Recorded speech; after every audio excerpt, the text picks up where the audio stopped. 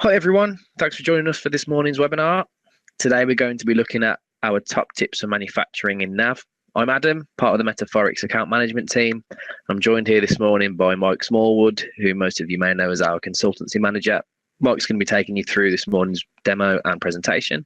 I'll pass you over in just a second and I'll take you through what we're going to be covering today. In order to save time, as per usual, I'll put my contact details on the screen at the end of the session, so please feel free to contact me with any questions you have about the areas we're looking at. And just to let you know, this webinar is being recorded and will aim to publish online in the near future. All in all, the session should last around 30 minutes this morning. So without further ado, I'll pass you over to Mike and we'll get started. Hello there. Today, I'm going to cover a few different topics. Hopefully, there's something here of interest for everybody. We often get asked about co-products and byproducts. Particularly, a manufacturing process might generate something that's of use that can be sold or used elsewhere in a different process. So, I'm going to show you how to model that. Also, managing rework. Often, rework is a major cost issue, and it's about capturing the cost and how to manage those items as they come back, and you need to do something with them to create them as saleable items again. The other thing we'd like to review is a quick review of the WIP movements and the timings and the integration with the general ledger. There's a lot of entries posted to the general ledger, and it can get very confusing about what the postings mean and the timings of those postings. So we'll recap on that. Rolled up costs. So bills of material have both a single level and a rolled up cost shares, particularly useful when you're trying to see costs across multiple sub-assemblies that contribute to a major primary BOM. So we'll give you an overview of that. Using sender head quantity. So sender head quantity is all about being able to have overlapping operations in terms of the quantity that moves between operations. So these aren't configured as consecutive operations, but it does allow you to move a certain element of quantity between operations before the full quantity has been manufactured through the first operation. We'll talk about that. Lastly, we'll have a look at best practice for flushing methods, being able to set up flushing both from a component and a work center timings point of view. And if you've got any time later, we'll also have a brief recap on setting up subcontract processing. If we do run out of time and anybody's particularly interested in covering these in a bit further detail, we can always arrange a further session. So, let's just have a quick look at byproducts and co-products. So what do we mean by this? So basically we're saying we're making item X, but as part of making X, we always get a reusable product Y out of that process. Now, it may well be that that product Y is a component that can be used in a further production process, or it may be a saleable product in its own right. Very easy to model. You just need to create the Y item as an item in its own right, typically as a standard costed item. And you add item Y to the BOM of item X as a negative component, which can either be manually flushed or back flushed through the normal process.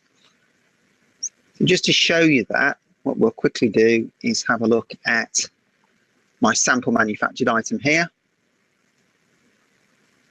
Okay. I just look at the BOM for this item. What you'll see is my byproduct item, which is just a normal item I've set up, is on the BOM with a negative quantity per. So really simple. So if I was to create a new manufacturing production order very quickly,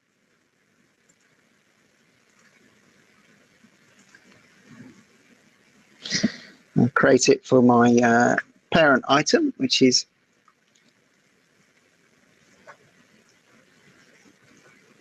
item number 70062. I'm going to do it at my blue location, so we're not worried about warehousing or anything here. So I just refresh this order. Have a quick look at the components. you can see the components for the byproduct item has automatically been brought through onto the order. I'm going to backflush these items. We have a look at the routing.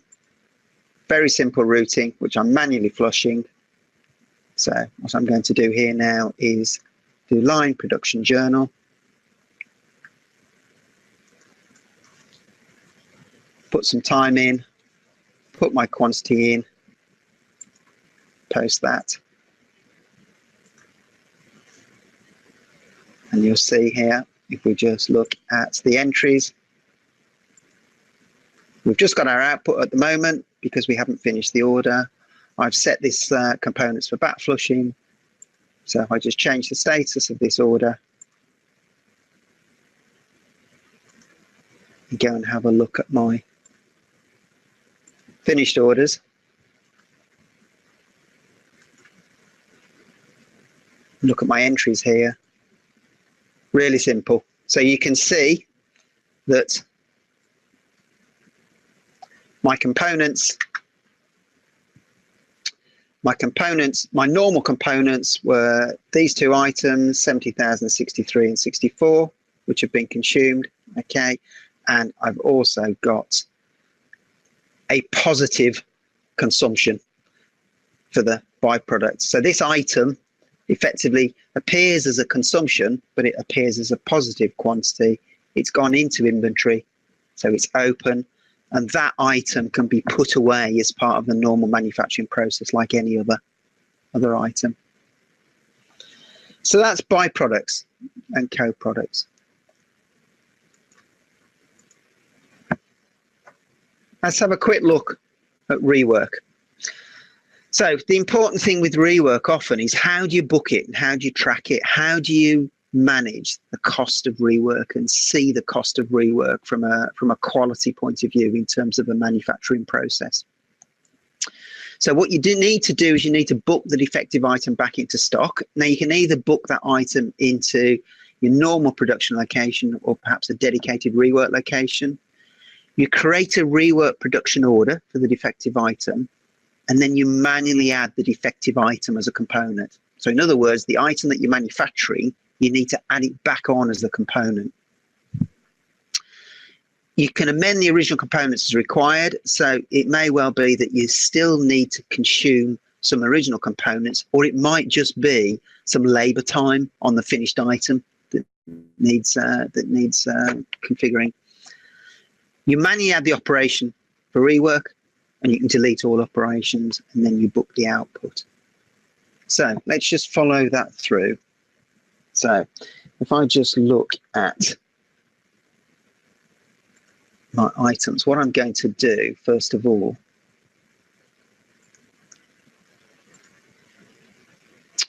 I'm going to book my item back into stock. So I've got an item called 7,066. Okay, this is my defective item. Okay, I'm just going to book it back into stock because you'd have to do this. So I'm booking one back into stock. Post that. So the next thing I'm going to do is prepare a rework order. So I'll just do this as a release production order. So I'll create a new order.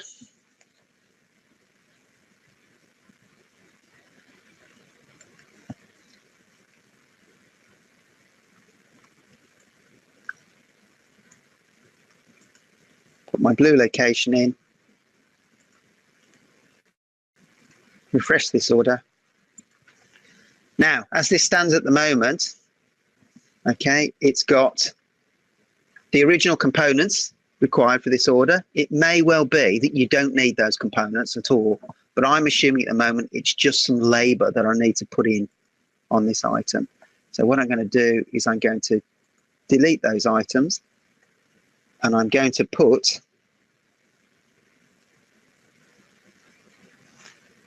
the main manufactured item as a component on this order. I also need to make sure I put the right location on there.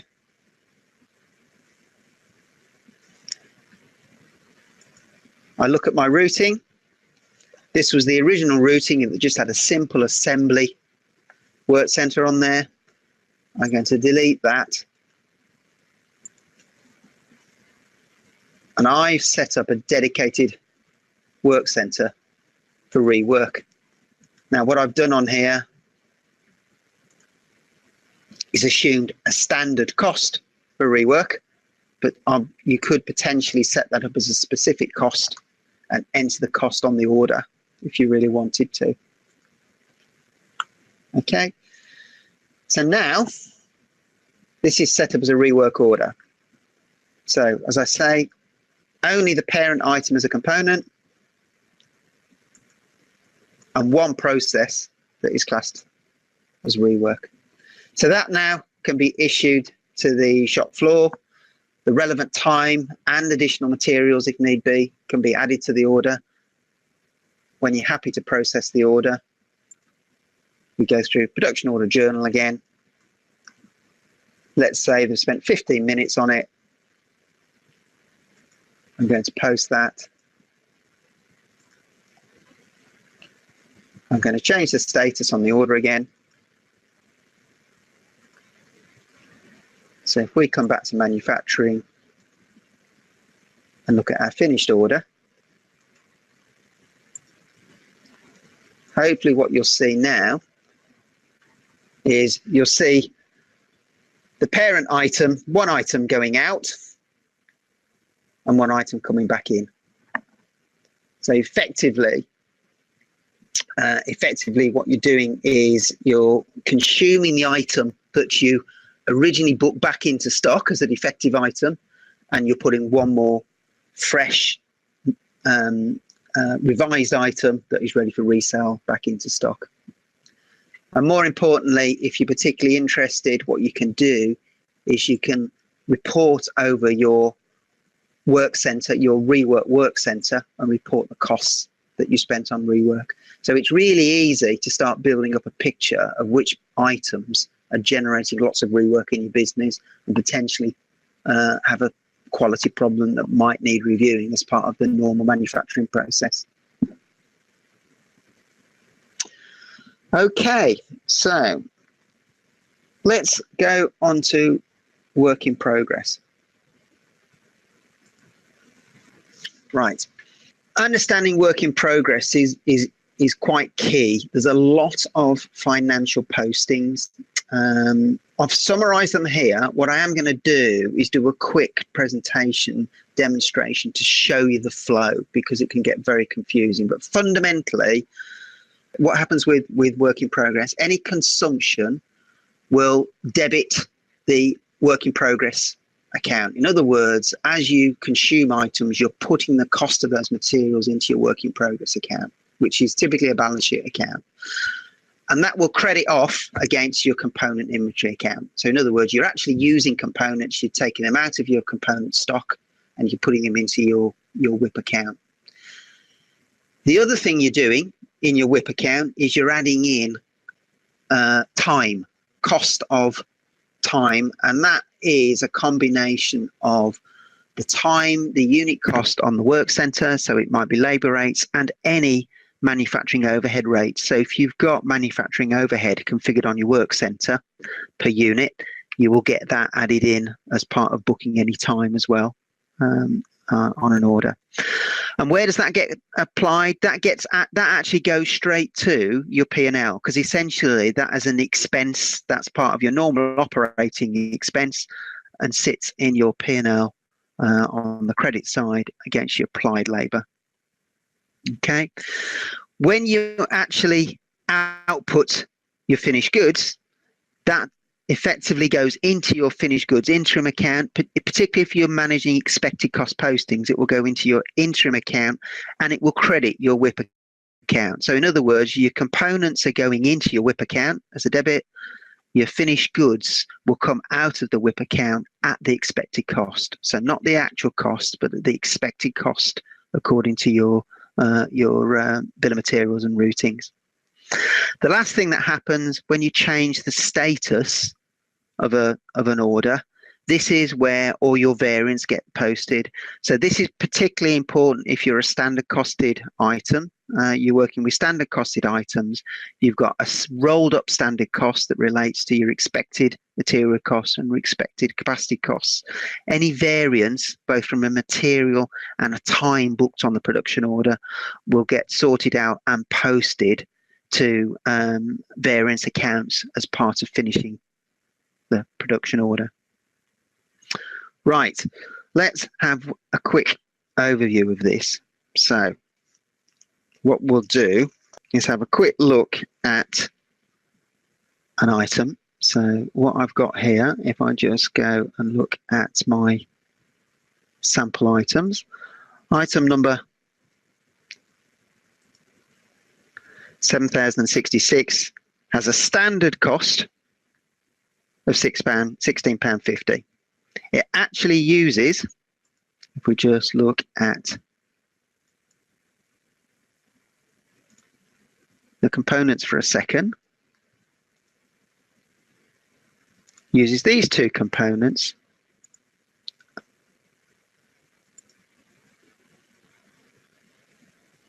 And you'll notice here, these components have got a standard cost. This component's got a standard cost of £1. The unit cost currently is 90p. So we automatically will get material variances, because what's rolled up in the manufactured costs at the moment is what we perceive to be the standard cost of the component. The same's true on this item. So what we have is a standard cost of £2, but only a current unit cost of £1. So we'll get variances, material variances, as part of the normal process here. So what I'm going to do is very quickly, we'll put a production order on the system.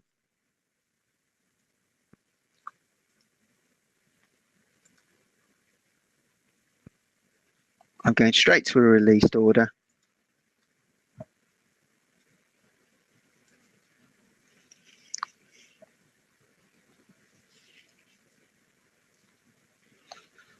Okay, I'm going to put 2 on. And what I do want to do is change my work date before I do any postings, which I'll come and do so we can see the entries in the general ledger.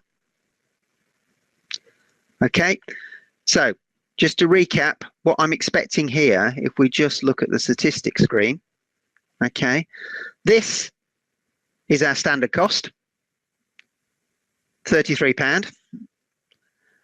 That is split between material cost, capacity cost, and some capacity overhead costs, because I've got an overhead on the work center.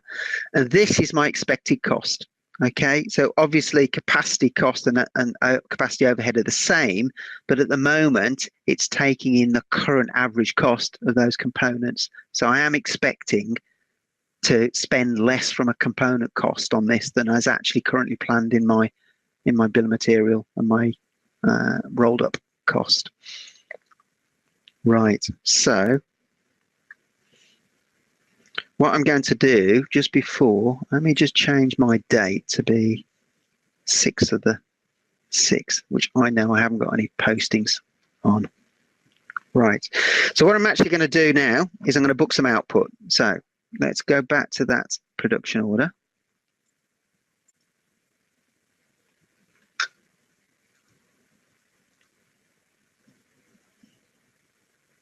Right, what I'm going to do now, there's five minutes per unit. So the standard capacity on this for a quantity of 2 should be 10 minutes. I'm actually going to book 12 so that we can highlight a discrepancy, a variance in the capacity.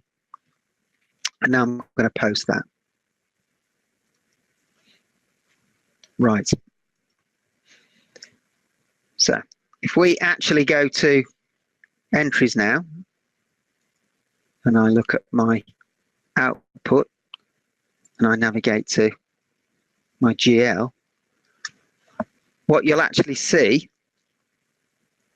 is movements into the finished goods account, movements into the interim account, and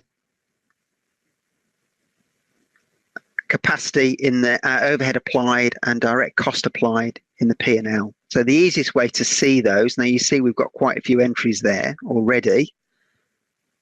My last entry number, which I just need to make a note of, is 3881. If I actually go to my general ledger, chart of accounts, I'm just going to filter by the dates that we booked against.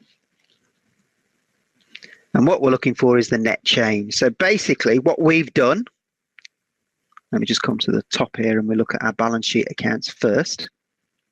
Okay, so finished goods interim, which is our interim account, has gone in at expected costs. So that's £16.50 times 2, that's 33.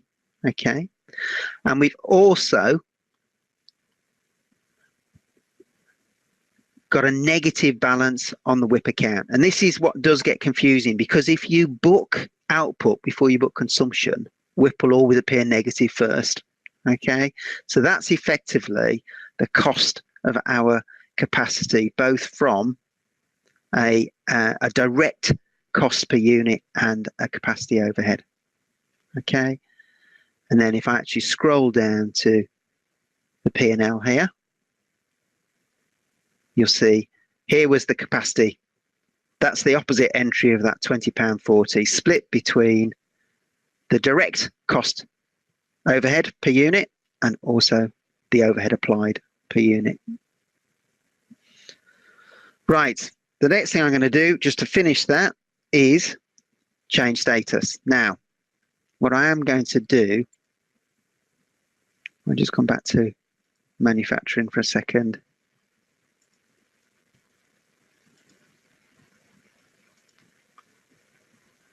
Let me just change the status of this. Okay. Now, if I just come back to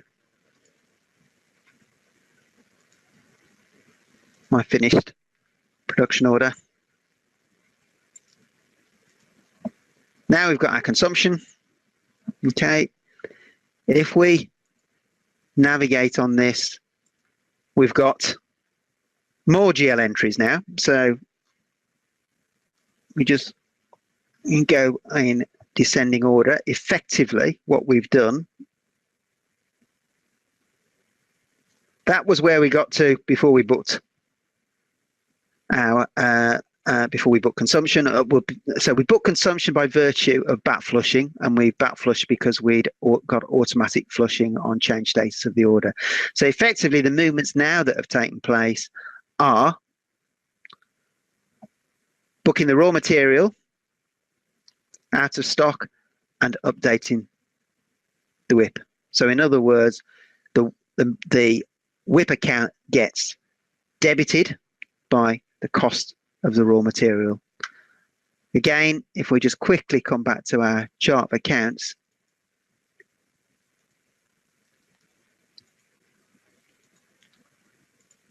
filter by date again,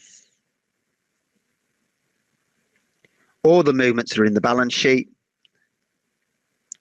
So we come back up to the balance sheet area. So effectively now, what you'll see is raw material has come out at £9.60. Now that's at actual cost. So that's not at expected cost. That's at actual cost. Okay. And the WIP account has been reduced by the same value, which actually leaves £3 in the WIP account. And that is effectively what will ultimately get posted as a variance when we clear the WIP account down. Okay, so the next bit, just to finish off, is run adjust costs. Now, I've actually, if I just look at my inventory setup, I'm not running automatic cost adjustment.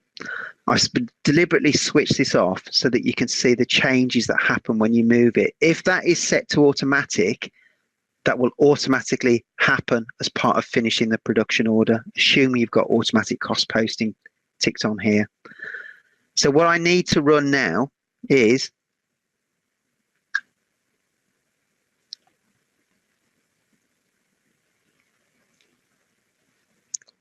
adjust cost item entries. Now, this is the process that we always recommend is run at least weekly. And this is the business that, in terms of manufacturing, will post all of the variances. So if I actually come back now to manufacturing and look at my finished production order, and I look at entries, so let's get an item ledger entries. Let's just navigate again because everything is against the same document number. You'll actually see now we've actually doubled the number of GL entries. Okay, so effectively all of the variances are now being calculated. So the first thing it does is it adds in, it debits the WIP account by the expected cost, then credits the WIP account by the actual cost, and that effectively sets the WIP back to zero. So we had £3 minus £3 left in WIP. That's putting £3 back into WIP to clear the WIP account. The rest then is variances, because what it actually does is it puts the finished goods item as part of moving from interim to finished goods stock. It initially puts the stock back into finished goods at the actual cost, then adds back the cost to reflect the variances. So what you end up going into stock, because it's a standard costed item, is going in at £33 rather than 30, and then you've got the variances posted here. So a lot going on there, but if we just come back and look at the general ledger,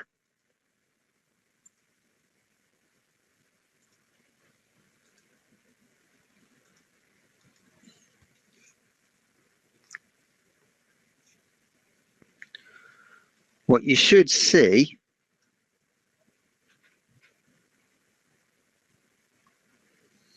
is everything coming back to normal. So effectively now, there's nothing left in our finished goods interim account. It is now all in the finished goods account, and it's in the finished goods account at the standard cost, the expected cost.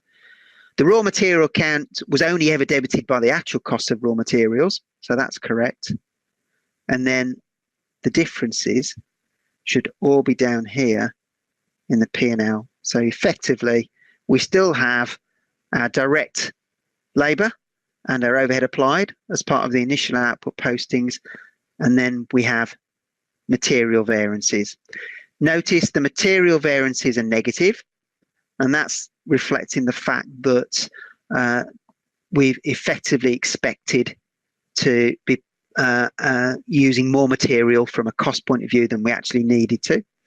The capacity variance is positive, which means we actually booked more time than we planned in our standard routing.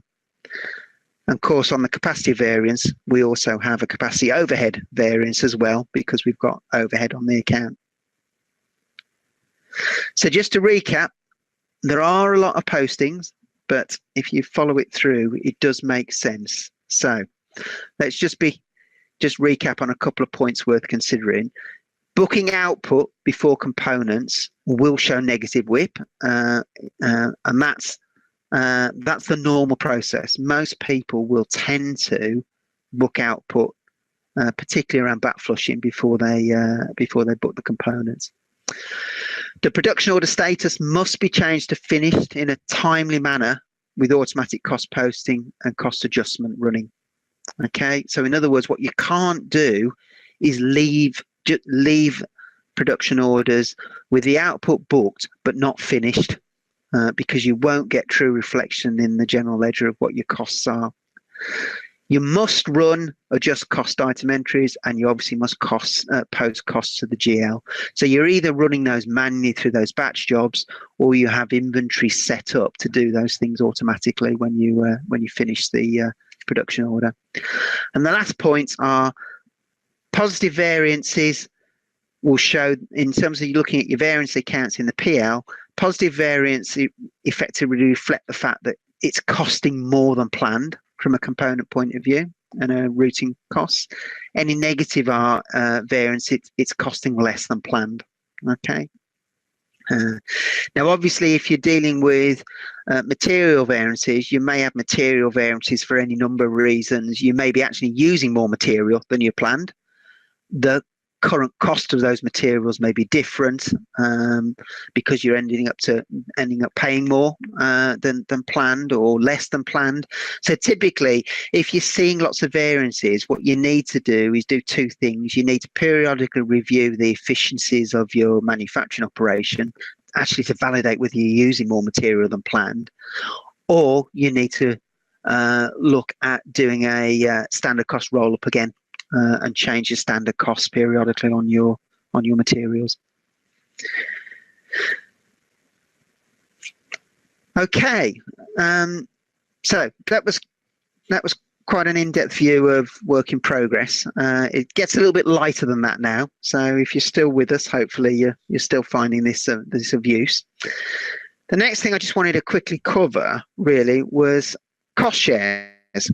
Okay, so particularly if you've got sub-assemblies within a production BOM, it's often useful to understand where those costs are coming from through the whole chain of the bill of material.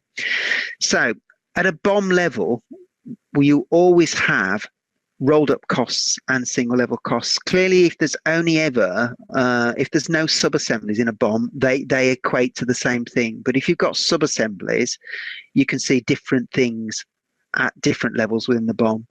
Okay, so what we have is single level material, capacity overhead, subcontracting and manufacturing overhead, but we also have rolled up balances for all of those things. So just to put this in context, we've got an example here. So this is an item that has a top level item. It uses two sub-assemblies. Okay, so the material costs on the sub-assemblies are £4 and £2.90. The capacity cost on both of those is £6, and we also have some overhead. Okay, and we have some manufacturing overhead. I've not included subcontract overhead in this. I'm just trying to keep it relatively simple. So we're just seeing those four balances. So the total cost of subassembly 1 is £13.75. The total cost of subassembly 2 is £12.54. The subassembly itself doesn't have any more, the top level item itself doesn't have any more materials. Okay, it just has some capacity or labour time in putting the two sub-assemblies together. Okay, so that gives us a total cost of £47.62 at the top level.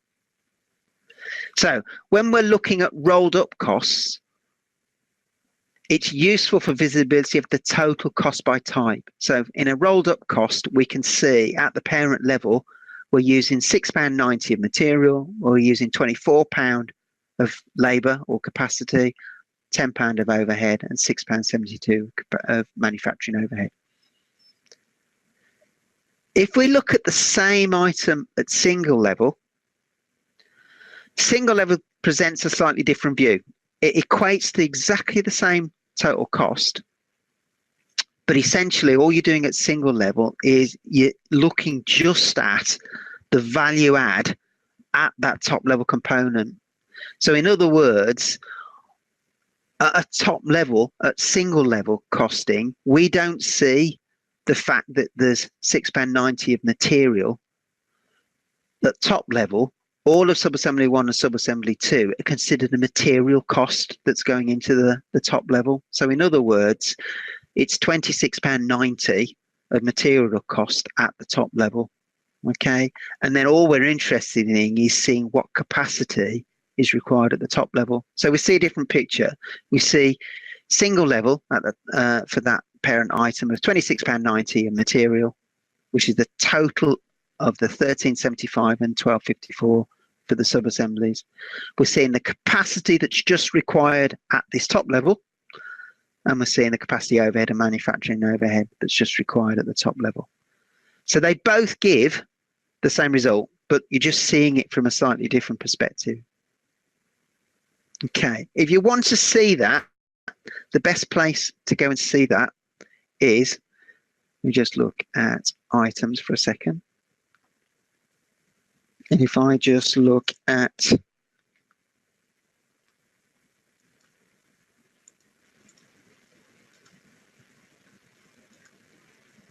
apologies, that's the item I'm interested in. I hadn't make a note of the item I wanted to show you. So here's the item we were just looking at. Okay, so what we're seeing here, at each level, you can see both the rolled up and the single level. So what some people do is they'll show rolled up material next to single level material all the way through, or they show rolled up costs first and then single level costs. Okay, very useful, some useful reporting as well. So what you can do is look at, we'll just quickly look at manufacturing for a second. You've got some nice reports. So from a capacity point of view, we're looking at costing. So you have on here rolled up cost shares. So if I can just say, you've got both single level and rolled up cost shares. So you can run these reports really easily and see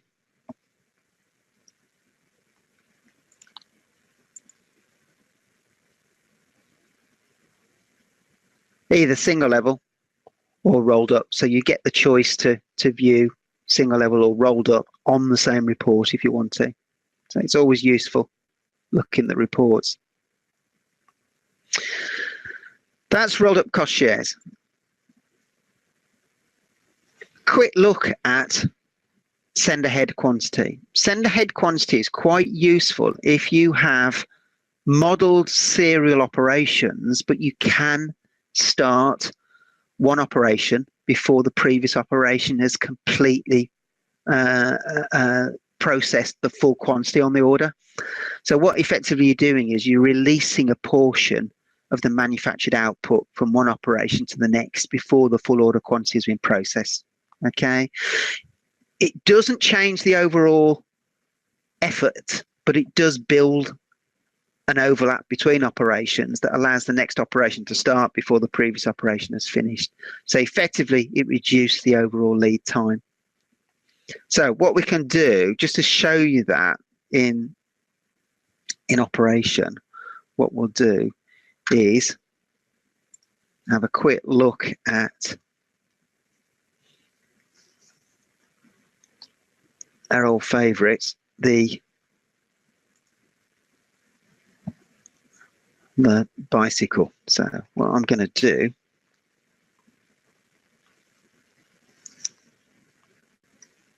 is create an order for 10 bicycles. Okay.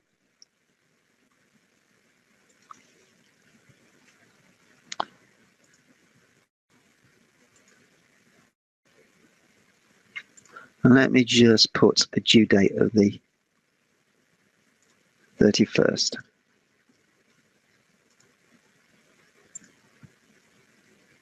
Okay. Now, on this routing, basically I've got 110 minutes of setup time and I've got a run time of 12 minutes. So in other words, to actually manufacture 10, I've got a total time of 110 plus 120, which is 230 minutes, which is hopefully what is exhibited here. Now, what it has done is the shift finishes at 4 o'clock, so it's rolled over to the next day. But that, I promise you, does add up to 230 minutes effectively. Okay, so in other words, this operation is not starting until that first operation is finished. If I slightly change the routing, so let's just come to routings for a second, and on my bicycle, put this back to development. and put a send ahead quantity of 1 in here. Now, typically you probably wouldn't do 1. You create a realistic batch, but for the purpose of the demonstration, I'm just going to send ahead quantity of 1 in here, because all I want to do is show you what happens. So if I come back to my production order, you notice it starts at 12:25. Okay, what I'm going to do is reschedule this now. Now I'm just going to forward schedule so we don't change our start time, so you can still see the reference point of the start time. Now you actually see the whole thing is finishing earlier, but if I actually have a look now, what you'll see now is this operation now is starting before that one finishes, and it's starting effectively after the setup time plus 12 minutes. So in other words, it's starting after 122 minutes. So what that's doing is once you've manufactured one, it's allowing this operation to start. So it's quite useful to build overlaps in efficiencies, albeit these are considered consecutive operations that are running serially and not in parallel.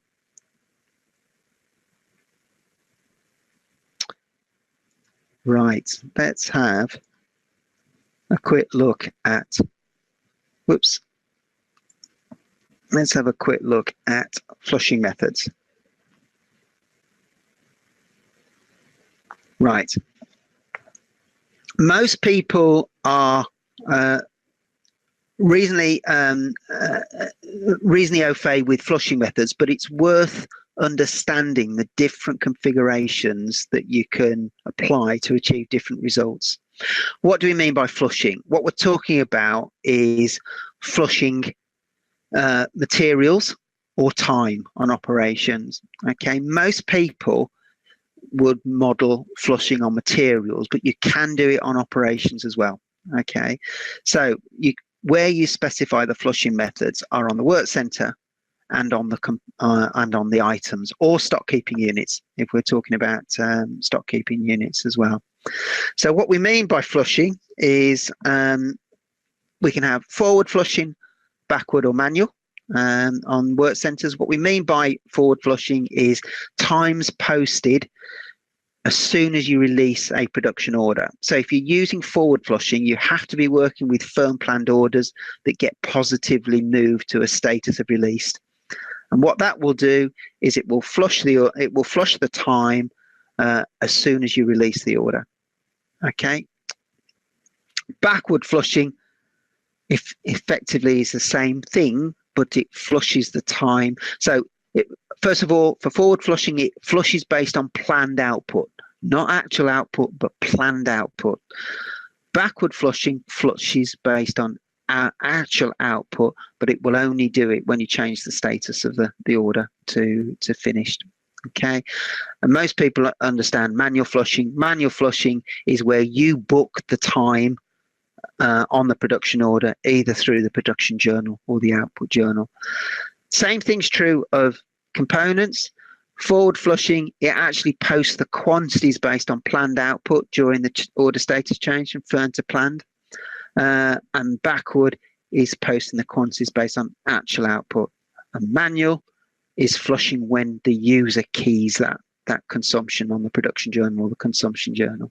Okay, if you've got warehousing, you can use pick and forward and pick and backward.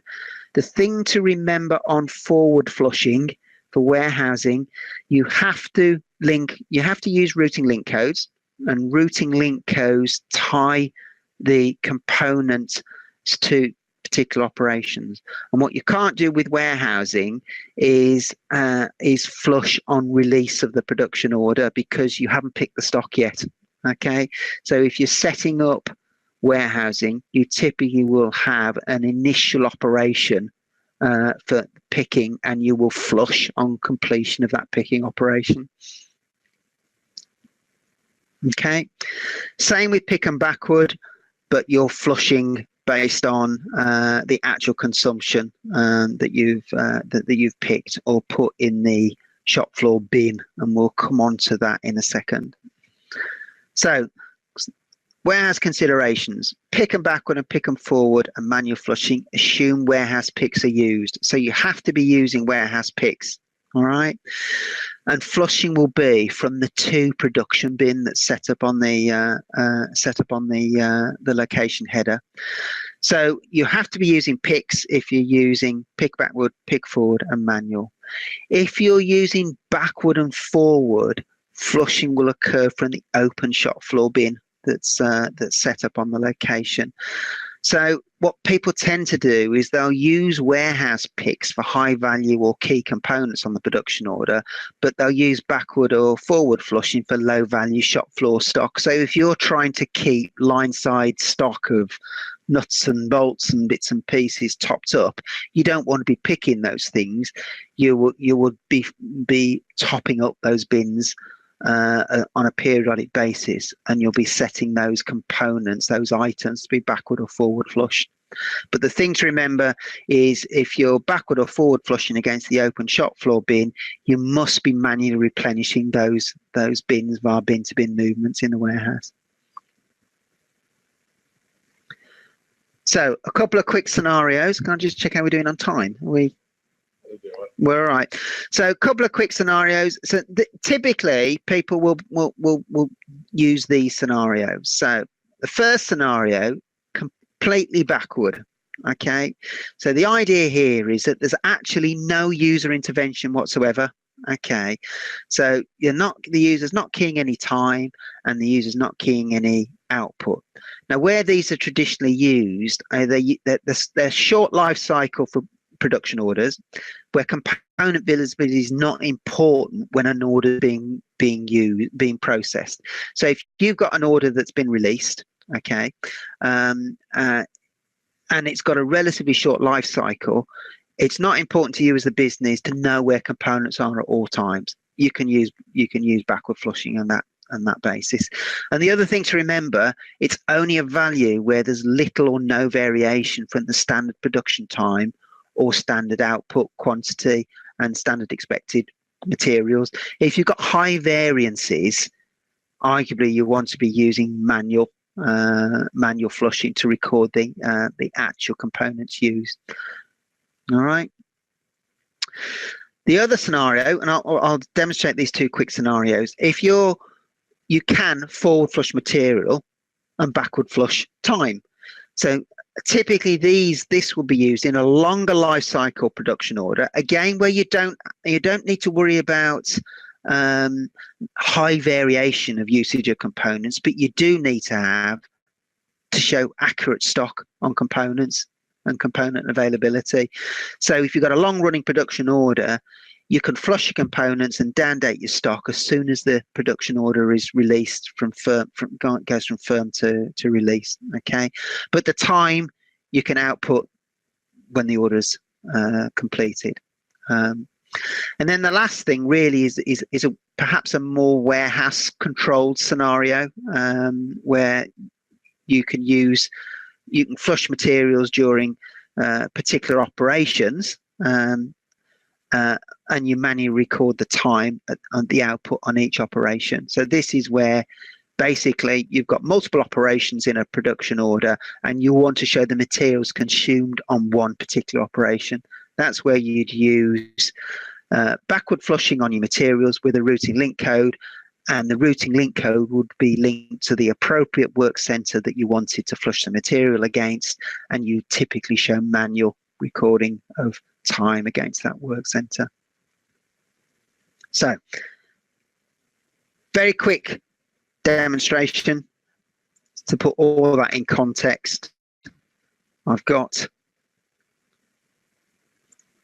under my manufacturing 3 orders ready to go. Scenario 1,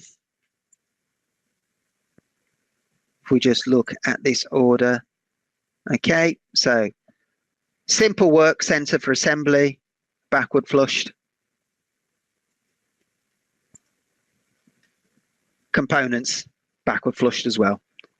So in this scenario, and I'm not complicating by warehouse here. I'm just using simple locations here. So no user intervention here. As soon as the order is complete, change status on the order.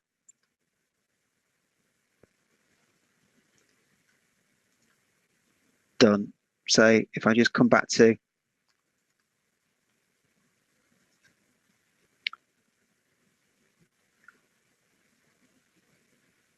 sorry,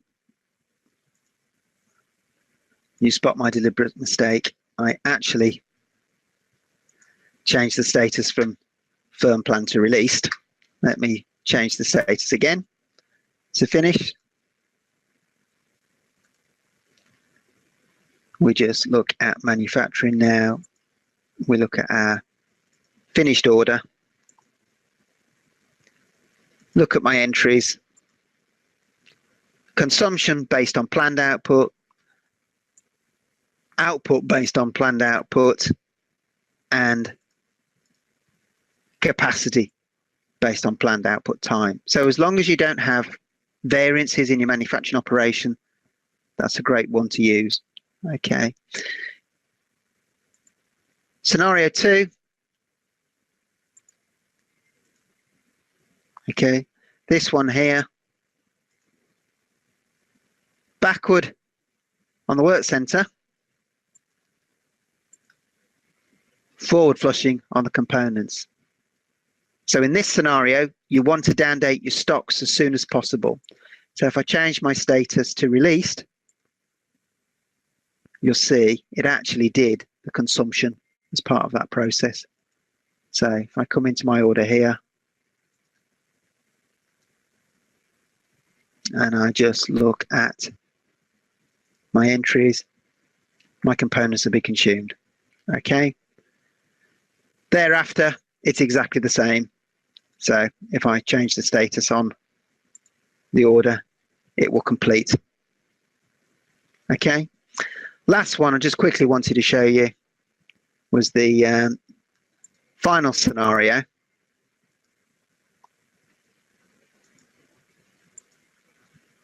Okay.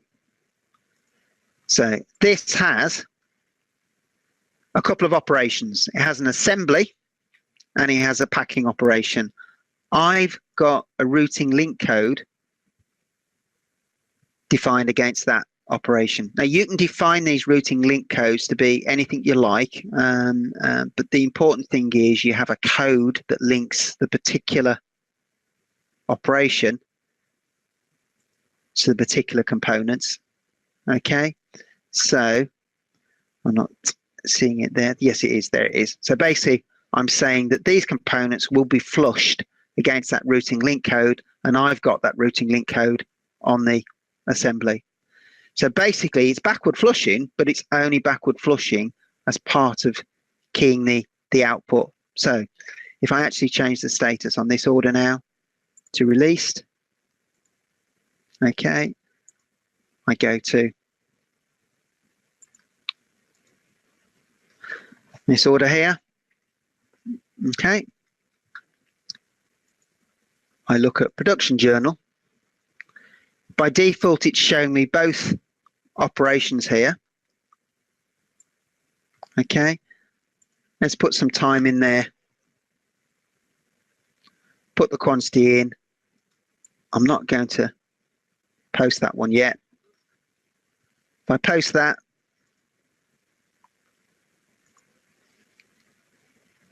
just check my output. What we'll see is the components. So basically we've got the components used and we've got output for that assembly operation. Okay, so that's quite useful. I've seen customers use that where they've got high value items. They've got what they consider a dirty pick to pick dirty elements of the component, and then they've got a clean pick to pick electrical components. In other words, they're putting the whole thing together, but they've got different teams picking different types of product to bring it together, and they use routing link codes to create different pick lists for the different types of elements of components on the on the final item. So that is, if everybody's still with me, that is flushing. So the last thing I just wanted to cover is subcontract processing. So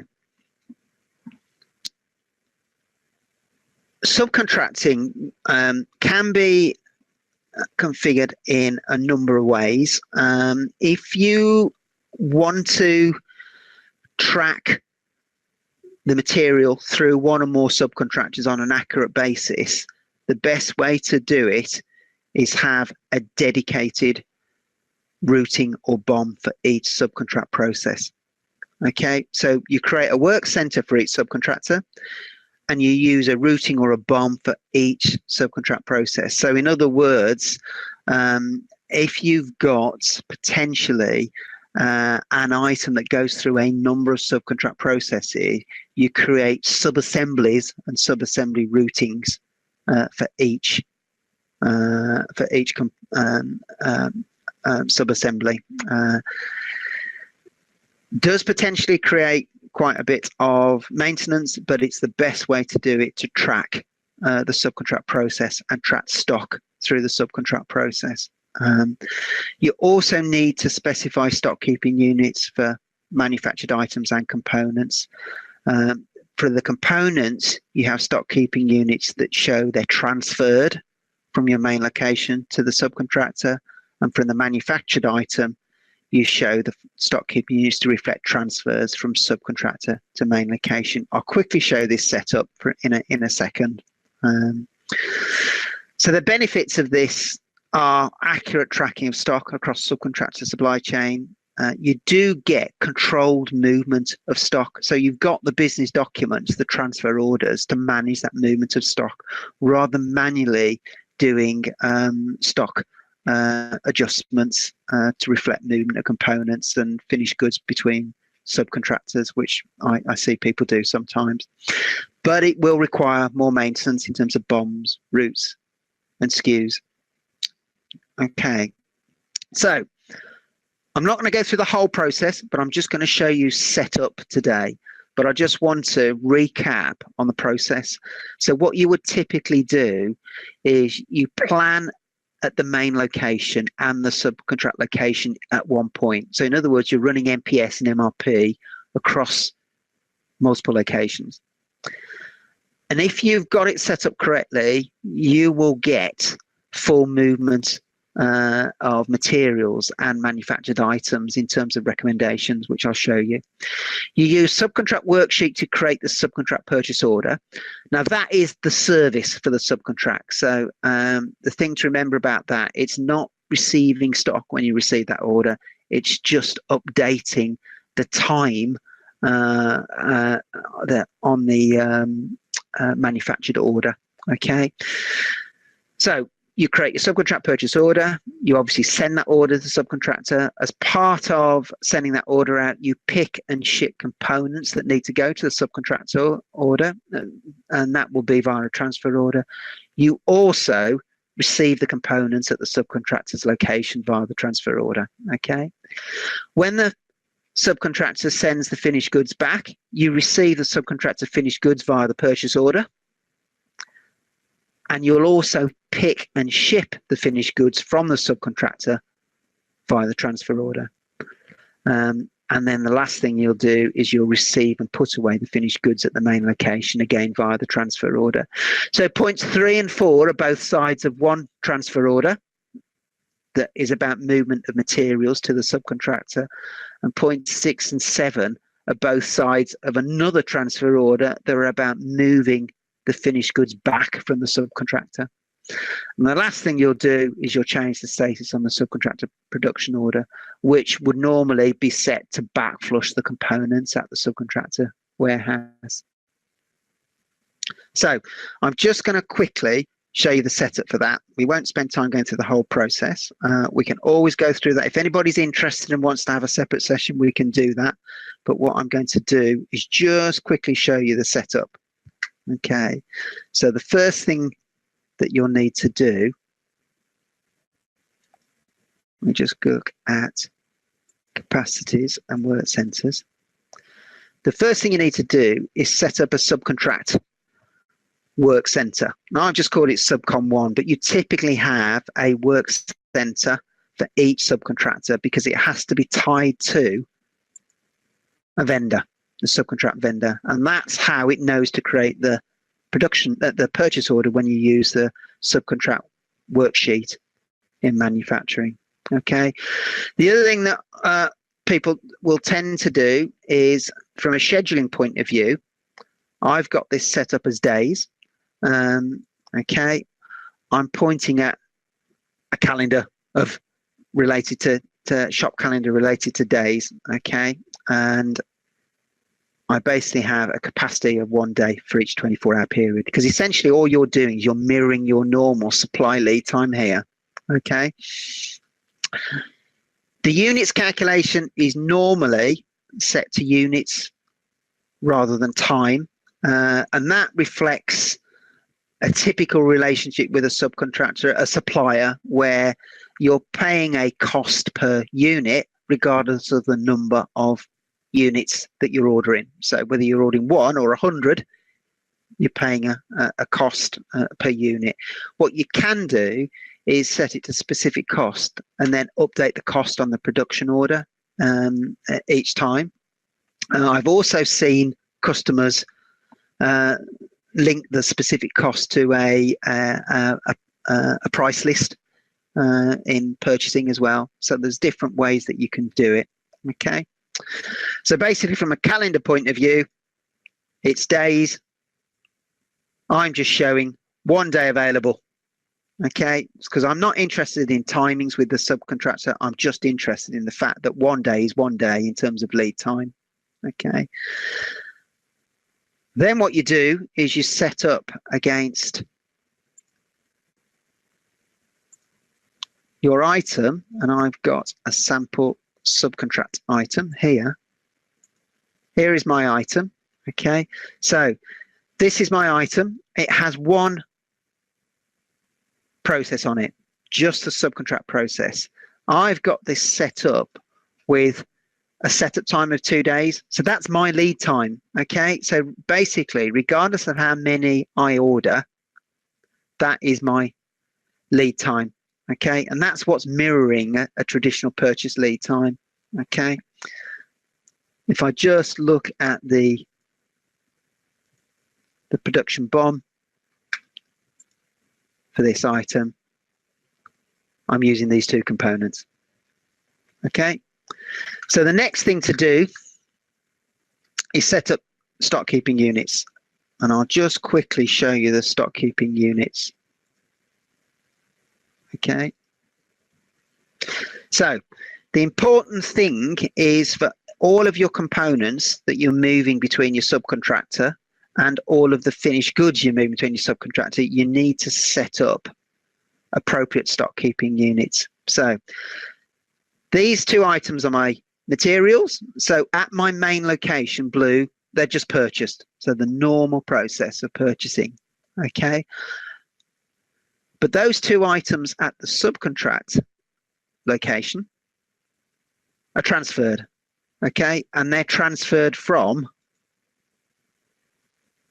the blue location. Okay. Conversely, the manufactured item, which is this item, is manufactured at the subcontractor, but at the blue location, it's transferred, and it's transferred from the subcontractor.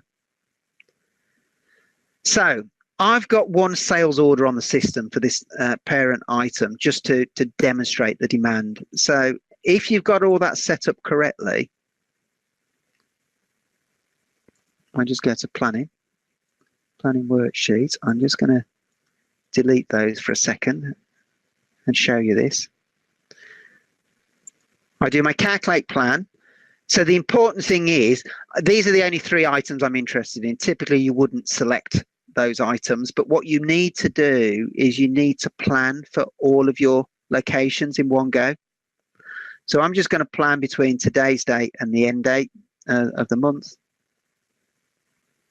And if you've got this correct, what you will see is a whole load of suggestions. Okay, so I've actually got sufficient stock of those components in my blue location, so there's no purchase suggestions for components.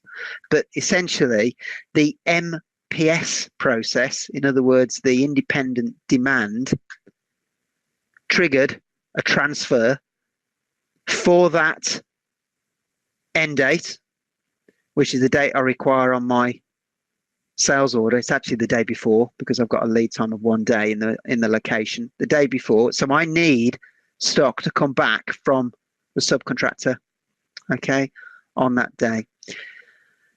In order to meet that transfer, that's placed production demand on the subcontractor, okay, and that needs to be complete by the 29th, okay.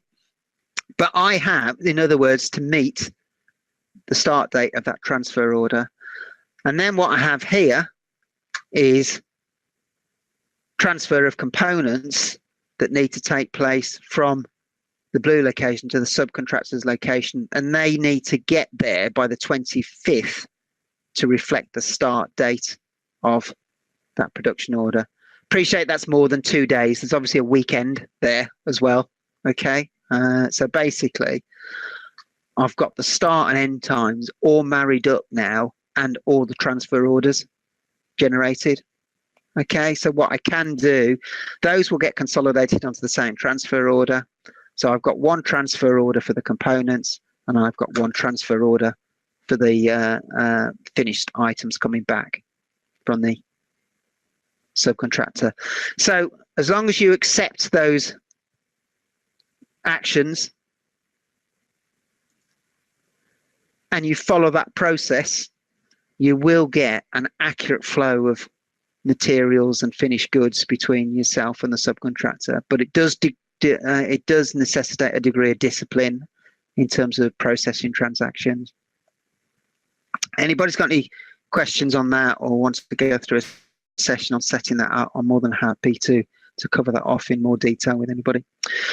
That's me finished. I'm just going to hand back to Adam unless anybody's got any more questions. Nice one. Thanks a lot, Mike. I hope you all found that interesting and useful. As Mike mentioned, if you've got any questions, please take note. Those are my contact details on the screen. Give me a call, drop me an email. I'll be more than happy to help you out. As I mentioned, keep an eye out for the recording of this webinar on our website soon. Feel free to rewatch and share. Also, don't forget our next webinar is in 2 weeks' time. That's on the 31st of May. And we'll be looking at data export with OData, XML ports, and NAV links. Finally, thanks again for your time, and we'll see you again in a few weeks. Cheers.